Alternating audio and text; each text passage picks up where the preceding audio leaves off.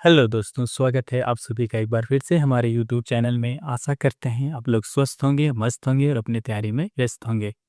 आपकी तैयारी को देखते हुए हम लोग मध्यकालीन इतिहास की क्लास लाए हैं। मध्यकालीन इतिहास के अंतर्गत हम लोग दिल्ली सल्तनत पढ़ रहे हैं। दिल्ली सल्तनत का अगर कार्यकाल पूछा जाए या दिल्ली सल्तनत के समयावधि पूछा जाए तो ये कब से कब तक होता है।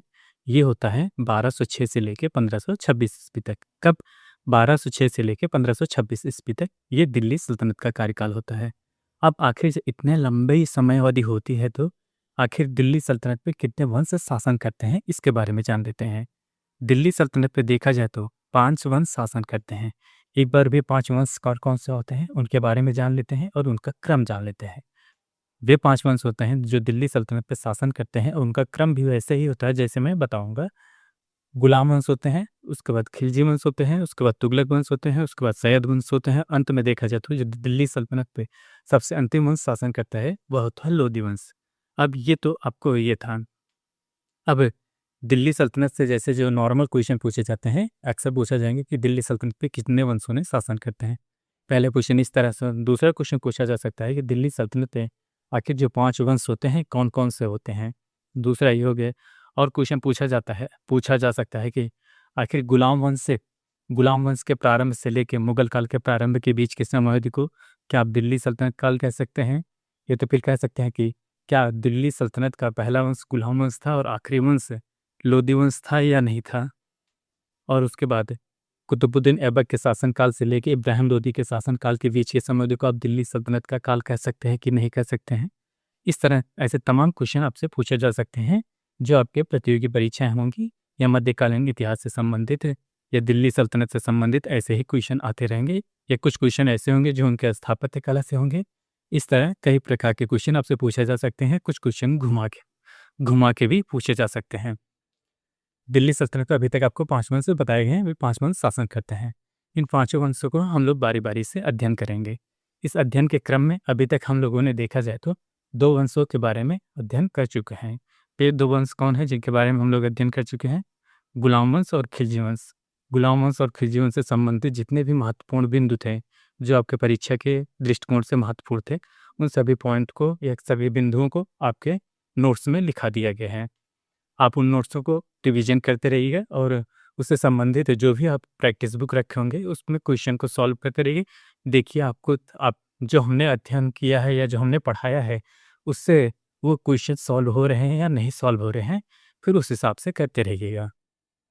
हम लोग तीसरा जो वंश पढ़ रहे हैं, तीसरा वंश है तुगलक वंश। तुगलक वंश का अगर देखा जाए तो कोई नया वंश होता है या कह सकते हैं दिल्ली सल्तनत पे जब ये नया वंश की स्थापना होती है, जाहिर सी बात है कोई नया वंश होगा, उसके कोई ना कोई संस्थापक होंगे या जनक होंगे या कोई ना कोई पिता ही होगा जो इस वंश के नींव रखता है। तो इस वंश की नींव रखते हैं गियासुद्दीन तुगलक। कौन? गियासुद्दीन तुगलक इस वंश की संस्थापक होते हैं। साथ ही साथ जो तुगलक वंश होता है इसका कार्यकाल होता है 1320 से लेके 1414 ईस्वी तक। कब से? 1320 से लेके 1414 ईस्वी तक इसका शासनकाल होता है। और देखा जाता है ये क्रम में तीसरा होता है। और जबकि शासनकाल की दृष्टि से देखेंगे या सबसे लंबे समय लेके देखेंगे, दिल्ली सल्तनत से सबसे ज़्यादा और शासन करने वाला ये इकलौता वंश है। तुगलक वंश सबसे अधिक शासन करता है और सबसे कम वंश शासन करने वाला कौन सा आपको बताया गया था? खिलजी वंश सबसे कम शासन करता है। जब गियासुद्दीन तुगलक की मृत्यु हो जाती है तो उसके पश्चात जो मोहम्मद बिन तुगलक दिल्ली की बागडोर संभालते हैं, कह सकते हैं कि दिल्ली के सिंहासन पे आसीन होते हैं। और इनके कार्यकाल की बात की जाए तो इनका कार्यकाल होता है 1325 से लेके 1351 ईस्वी तक। कब होता है? 1325 से लेके 1351 ईस्वी के बीच इनका कार्यकाल होता है। इनके बारे में हम लोग काफ़ी जानकारी प्राप्त कर चुके हैं या काफ़ी अध्ययन कर चुके हैं। उसमें के इनके शासनकाल के कुछ लास्ट के क्षण हैं, उनको हम लोग अध्ययन करते हैं। और वैसे भी कल की क्लास में आपको बताया गया था इनके सांकेतिक मुद्रा। एक बार हम लोग उस सांकेतिक मुद्रा के जो सांकेतिक मुद्रा थी उनके बारे में रिवीजन करते हैं, कह सकते हैं जो सांकेतिक मुद्रा थी उसके बारे में रिवीजन करते हैं। फिर आज की क्लास उसके आगे अध्ययन करेंगे। यहाँ आपको सांकेतिक मुद्रा के बारे में लिख देते हैं। क्या क्या बताया गया था? क्या था सांकेतिक मुद्रा? सांकेतिक मुद्रा या टोकन मुद्रा, ये आपको बताया गया था। आखिर ऐसा क्या कारण था कि जो मोहम्मद बिन तुगलक ने सांकेतिक मुद्रा या टोकन मुद्रा का प्रारंभ करते हैं? उनके शासनकाल में देखा जाए, जब अंतर्राष्ट्रीय व्यापार में कह सकते हैं अंतर्राष्ट्रीय बाजार में जब चांदी का मूल्य बढ़ने लगा या कह सकते हैं चांदी की मार्केट बढ़ने लगी, तो उस चांदी को जहाँ भी चांदी रही या कह सकते हैं जिस साम्राज्य में चांदी के सिक्के चले थे, वे सभी जो वहाँ की जनता उन चांदियों को इकट्ठा करने लगी। इकट्ठा करने से जो हमारे कह सकते हैं जो चांदी के सिक्के थे या हमारा जो मौद्रिक था, मुद्रा था, उसमें असंतुलन उत्पन्न होने लगा। सबसे पहले क्या करते हैं, यहाँ चांदी के सिक्के का स्थान, चांदी के सिक्के सिक्के का जमावड़ा सिक्के का जमावड़ा करने लगे। उसके बाद अंतर्राष्ट्रीय बाजार में इसकी मांग बढ़ गई।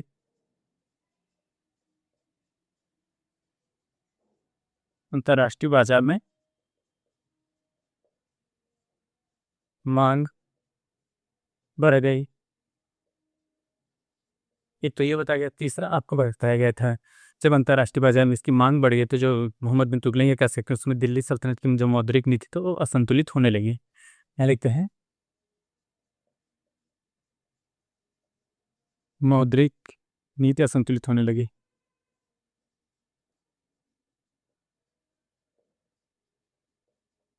मौद्रिक नीति असंतुलित हो गए। इस असंतुलन को बरकरार बनाए रखने के लिए कह सकते हैं, इसको संतुलित करने के लिए उन्होंने जो मोहम्मद बिन तुगलक थे चांदी के स्थान पर तांबे का सिक्का प्रारंभ करते हैं। तांबे का सिक्का प्रारंभ करते हैं। तांबे का सिक्का प्रारंभ करते हैं ताकि जो उनका मार्केट में कह सकते हैं जो बाजार है उनका वो बना रहे। और साथ साथ जब ये भ्रष्टाचार लिप्त हो गया, कह सकते हैं कि जब तांबे के सिक्के में काफ़ी भ्रष्टाचार लिप्त पाए, भ्रष्टाचार व जालसाजी जालसाजी की घटना बढ़ गई। क्या होता है, भ्रष्टाचार और जालसाजी की घटना बढ़ जाती है, जिससे जो अंतर्राष्ट्रीय व्यापार हो रहा था वो काफ़ी बाधित होता है। इन सब के सब करते हैं कि इन सब होने के बाद फिर अंत में 4 वर्ष पश्चात 4 वर्ष पश्चात पुनः इस सिक्के को बंद कर देते हैं। इन सिक्के को बंद कर देते हैं। क्या होता है, जैसे जब तांबे के सिक्का उन्होंने अपने बाजार में कह सकते अपने साम्राज्य में प्रचलन करते हैं तो उसमें काफ़ी भ्रष्टाचार और जालसाजी पाई जाती है। इस वजह से मोहम्मद बिन तुगलक 4 वर्ष पश्चात इन सिक्कों को बंद कर देते हैं, ताकि इन सिक्कों को बंद करने से जो उनका अंतर्राष्ट्रीय व्यापार हो रहा था काफ़ी घाटे में जा रहा था, तो उससे संतुलन में आ जाएगा। इस वजह से उन्होंने 4 वर्ष पश्चात इन सिक्कों को पुनः बंद कर देते हैं। ये आपको कल की क्लास में ये बताया गया था। उसके साथ साथ आपको एक पॉइंट और बताया गया था कि जब ये सब पद्धतियाँ अपनाने के पश्चात इसमें राजस्व का काफ़ी धन खर्च होता है। क्या होता है, राजस्व का धन काफ़ी खर्च होता है। जब राजस्व का काफ़ी धन खर्च होता है तो मोहम्मद बिन तुगलक को लगता है कि नहीं, ये नीति है। इस प्रकार मोहम्मद बिन तुगलक की ये नीतियाँ विफल हो जाती हैं। क्या होते हैं, चांदी के सिक्के का स्थान पर उन्होंने चांदी का सिक्के के स्थान पर उन्होंने कौन सा सिक्का चालू करता है, तांबे का सिक्का चालू करते हैं। तांबे के सिक्के चालू करने से साम्राज्य में कह सकते हैं जो दिल्ली सल्तनत में जालसाजी और कह सकते हैं कि भ्रष्टाचार पाया जाता है। भ्रष्टाचार पाए जाने की वजह से जो हमारा अंतर्राष्ट्रीय व्यापार था वो काफ़ी कम होने लगा। इस वजह से उन्होंने 4 वर्ष पश्चात उस सिक्कों को पुनः बंद कर देते हैं। और इन सब करने के पश्चात या इन सब पद्धतियों को अपनाने के पश्चात राजस्व का जो धन होता है काफ़ी व्यय होता है, जिससे कि वह घाटे में जाता है। इस वजह से उन्होंने इस जो भ्रष्टाचार और जालसाजी को भी कम करने के लिए कह सकते हैं जो भ्रष्टाचार लिप्त था इन सिक्कों में, इनको देखने के लिए उन्होंने पुनः इस मुद्रा को बंद कर देते हैं और अंतर्राष्ट्रीय बाजार पुनः अपने फिर चरम पे होने लगता है। ये आपकी कल की क्लास में बताया गया था। आज की क्लास में हम लोग अब देखेंगे और मोहम्मद बिन तुगलक एक ऐसे इकलौते शासक थे जिनका साम्राज्य दिल्ली सल्तनत में देखा जाए तो जो दिल्ली सल्तनत के 5 वंशों शासन करते हैं, उन 5 वंशों में सबसे लंबा साम्राज्य कह सकते हैं, सबसे बड़ा साम्राज्य इन्हीं का था। यहाँ अगला आज की क्लास है सबसे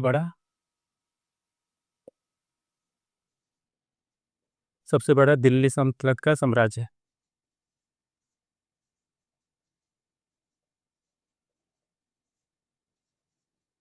दिल्ली सल्तनत का साम्राज्य मोहम्मद बिन तुगलक के शासनकाल में सबसे बड़ा देखा जाए तो अभी तक जितने भी दिल्ली सल्तनत के कार्यकाल होते हैं, जैसे 1206 से लेकर 1526 ईस्वी के साथ इसी के अंतर्गत जो 5 वंश शासन करते हैं, उन पाँचों वंशों में जो मोहम्मद बिन तुगलक थे, उनका साम्राज्य दिल्ली सल्तनत पे सबसे बड़ा साम्राज्य होता है। कह सकते हैं इनके साम्राज्य में काफ़ी बड़ा साम्राज्य होता है। इनका शासनकाल सबसे बड़ा साम्राज्य होता है। क्या होता है, इनके जो दिल्ली सल्तनत के थे, अभी तक जितने शासक शासन करते हैं या जो शासक बनेंगे, उनके साथ देखा जाए तो कंपेयर किया जाता है, तो इनका शासन कह सकते हैं इनका साम्राज्य सबसे बड़ा था।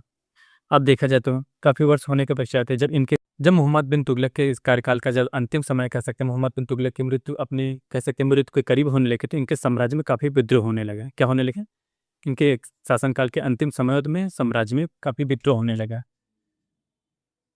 साम्राज्य में विद्रोह होने लगा। साम्राज्य में विद्रोह होने लगा। इस विद्रोह को देखते हुए विद्रोह होने लगा। इस विद्रोह को देखते हुए इन विद्रोह को देखते हुए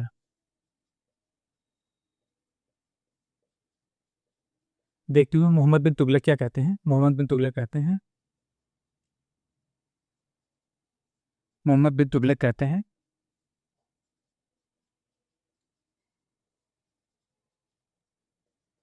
मोहम्मद बिन तुगलक कहते हैं कि मोहम्मद बिन तुगलक कहते हैं कि मेरे समझ में नहीं आ रहा है कि, यहाँ डबल इन्वर्टेड कॉमा में इसलिए काफ़ी इंपॉर्टेंट है, मेरे समझ में ये नहीं आ रहा है, मेरे समझ में ये नहीं आ रहा है, नहीं आ रहा है, मेरे समझ में ये नहीं आ रहा है कि, मेरे समझ में ये नहीं आ रहा है कि किस रोग का इलाज करूं, किस रोग का इलाज करूं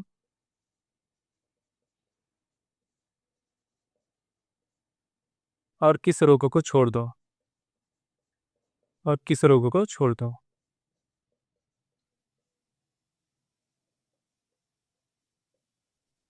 छोड़ दूं। ये था, मेरे समझ में ये नहीं आ रहा कि मैं किस रोग का इलाज करूं और किस रोग को छोड़ दूं, क्योंकि आगे, क्योंकि एक रोग का इलाज करता हूं,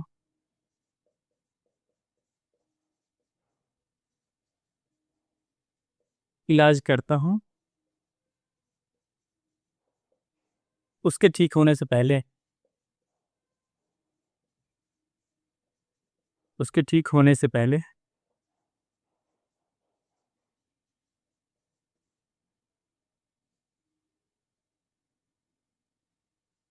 उसके ठीक होने से पहले दूसरा रोग, दो और दो नए रोग, दो नए दो नए रोग उत्पन्न हो जाते हैं, उत्पन्न हो जाते हैं।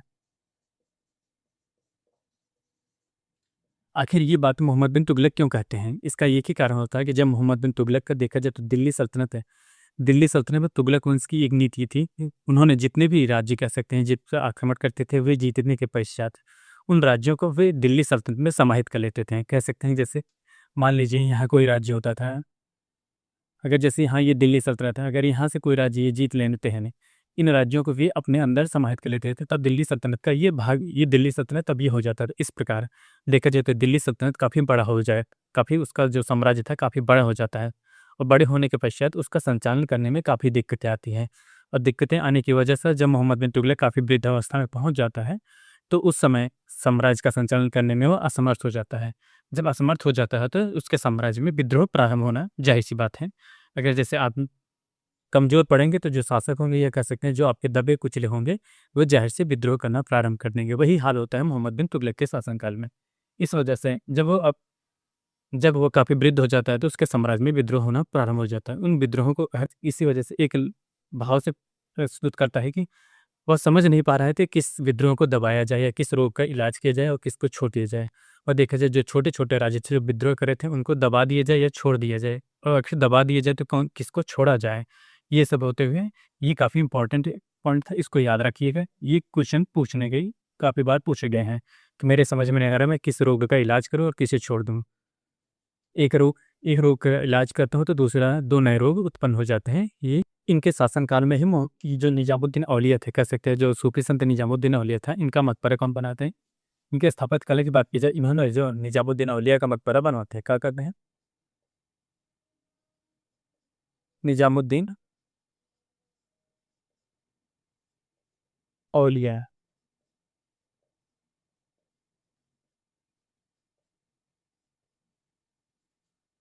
निजामुद्दीन औलिया का मकबरा।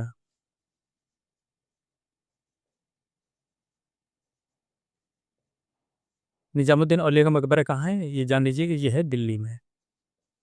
दिल्ली में होने की वजह कौन बनवाता है, मोहम्मद बिन तुगलक। मोहम्मद बिन तुगलक। ये मोहम्मद बिन तुगलक की स्थापत्य कला थी। निजामुद्दीन औलिया का मकबरा कौन बनाते हैं, निजामुद्दीन औलिया का मकबरा बनाते हैं मोहम्मद बिन तुगलक बनवाते हैं। और ये मकबरा कहाँ है, ये मकबरा होता है दिल्ली में। अब आखिर जान लेते हैं निजामुद्दीन औलिया जो थे उनके दो और उपनाम थे, कह सकते हैं दो और नामों से जाने जाते हुए कौन से नाम थे, यहाँ लिख दिया जा रहा है इनके अन्य नाम। सिद्ध योगी, क्या नाम था पहला, सिद्ध योगी। सिद्ध योगी और दूसरा नाम था इनका, जो पहला नाम था सिद्ध योगी और दूसरा नाम था महबूब ए इलाही। क्या था, महबूब ए इलाही।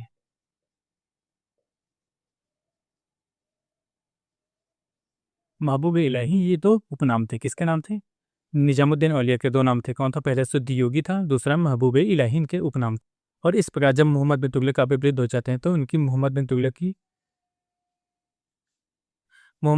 की मृत्यु हो जाती है 20 मार्च 1351 ईस्वी को।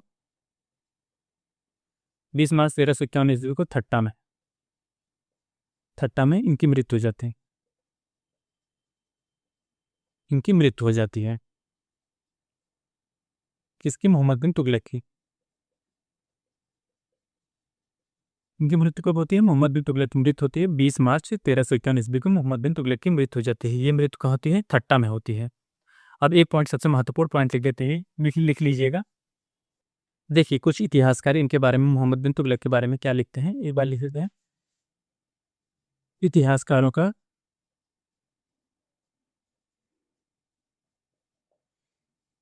इतिहासकारों के कुछ कथन। आखिर जो इतिहासकार थे मोहम्मद बिन तुगलक के बारे में क्या कहते थे, देखिए ये कहते हैं कि सुल्तान को सुल्तान को प्रजा से सुल्तान को प्रजा से सुल्तान को प्रजा से और प्रजा को सुल्तान से मुक्ति मिल गई। सुल्तान को प्रजा से और प्रजा को सुल्तान से मुक्ति मिल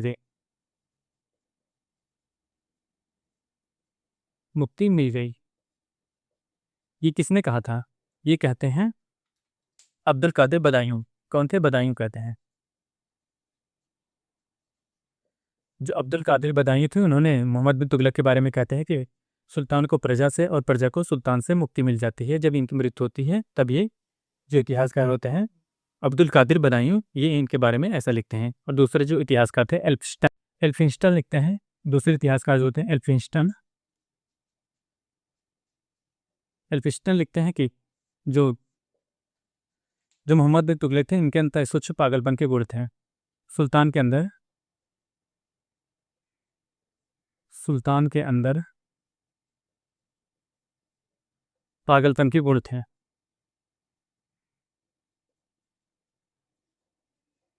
पागलपन के गुण थे। ये कौन कहते हैं, ये कहते हैं जो इतिहासकार होते हैं एल्फिंस्टन। उन्होंने मोहम्मद बिन तुगलक के बारे में कहते हैं कि सुल्तान के अंदर जो पागलपन के कुछ गुण निहित थे। दो इतिहासकार थे जो काफ़ी देखा जाए तो एग्जाम में काफ़ी महत्वपूर्ण होते हैं, इन दोनों के बारे में पूछा जाता है। मोहम्मद बिन तुगलक के बारे में बदायूं ने क्या कहा है, मोहम्मद बिन तुगलक के बारे में बदायूं कहते हैं कि जो सुल्तान है, सुल्तान को उसकी प्रजा से और प्रजा को उसकी सुल्तान से मुक्ति मिल जाती है। और एल्फिंस्टन के बारे में पूछा जाता है कि एल्फिंस्टन ने क्या कहा। एल्फिंस्टन कहते हैं कि सुल्तान के अंदर पागलपन के कुछ गुण निहित थे। इस प्रकार देखा जाए तो मोहम्मद बिन तुगलक का कार्यकाल समाप्त होता है। मोहम्मद बिन तुगलक की मृत्यु होती है 20 मार्च 1351 ईस्वी को, ठट्टा में उनकी मृत्यु हो जाती है। उस प्रकार मोहम्मद बिन तुगलक का शासनकाल समाप्त हो जाता है। जो अगले शासनकाल होते हैं या अगले शासक जो होते हैं फिरोज शाह तुगलक होते हैं, इनके बारे में हम लोग कल अध्ययन करेंगे। इनके स्थापत्य कला के बारे में अभी आपको बताया गया था। मोहम्मद बिन तुगलक के जो स्थापत्य कला है, उन्होंने निजामुद्दीन औलिया जो थे, सूफी संत निजामुद्दीन औलिया का मकबरा का निर्माण करते हैं। ये मकबरा कहाँ है? ये मकबरा दिल्ली में अवस्थित है। और मोहम्मद बिन तुगलक ने जो निजामुद्दीन औलिया का मकबरा बनाया है, ये दिल्ली में है। निजामुद्दीन औलिया के किस दो और उपनामों से जाना जाता है? पहले सिद्धि योगी के नाम से जाना जाता है, ये याद रखिएगा, क्योंकि एग्जाम में एक दो बार ये क्वेश्चन पूछा है कि सिद्धि योगी किसका नाम है। ये निजामुद्दीन औलिया के नाम है। और उसके बाद महबूब ए इलाही, क्या नाम है दूसरा? महबूब ए इलाही, ये निजामुद्दीन औलिया के ही नाम होते हैं। आज हम लोग अब कल की क्लास में फिरोज शाह तुगलक के बारे में अध्ययन करेंगे। आज के लिए बस इतना ही। आप हमारे चैनल पर नए हो तो चैनल को लाइक करें, शेयर करें, सब्सक्राइब करें। मिलते हैं नेक्स्ट वीडियो में, तब तक के लिए धन्यवाद, बाय बाय।